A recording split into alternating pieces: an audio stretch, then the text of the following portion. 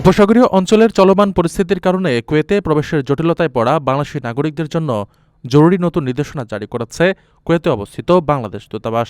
বুধবার দূতাবাসের সচিব মোহাম্মদ শোয়েবুল ইসলাম তরফদার স্বাক্ষরিত এক বিজ্ঞপ্তিতে এই নির্দেশনা জানানো হয়। কুয়েত সরকারের নির্দেশনা অনুযায়ী কুয়েতের বৈধ সিভিল আইডিধারী যেসব বিদেশি নাগরিক 6 মাসের বেশি সময় ধরে দেশের বাইরে অবস্থান করছেন এবং কুয়েতে ফিরতে পারছেন না, তাদের জন্য 3 মাস মেয়াদী ইলেকট্রনিক লিভ পারমিট প্রদান করা হবে।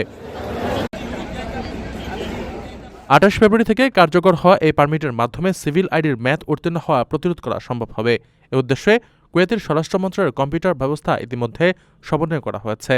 এছাড়া চাকুরি, গৃহকর্ম, পারিবারিক পুনর্মিলন সহ বিভিন্ন ধরনের এন্ট্রি ভিসা ধারণকারী যেসব বিদেশি নাগরিক বর্তমান পরিস্থিতির কারণে কুয়েতে প্রবেশ করতে পারেননি, তাদের ভিসার মেয়াদ আর বাড়ানো হবে না।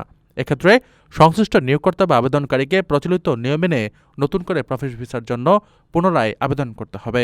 ভিসা ইস্যু পুনরায় শুরু হওয়ার ঘোষণার পর থেকে এই নির্দেশনা কার্যকর থাকবে বলে জানিয়েছে বাংলাদেশ দূতাবাস কর্তৃপক্ষ।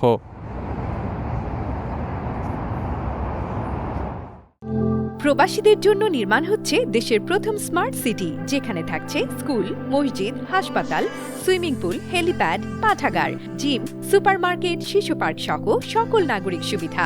মাত্র 30 লাখ টাকা বিনিয়োগে মিলছে আকর্ষণীয় ফ্ল্যাট। প্লাটিনাম ইনভেস্টরদের জন্য ঢাকা বিমানবন্দরে ভিআইপি প্রোটোকল সুবিধা। বিস্তারিত জানতে যোগাযোগ করুন স্ক্রিনে দেয়া হোয়াটসঅ্যাপ অথবা ইমো নাম্বারে।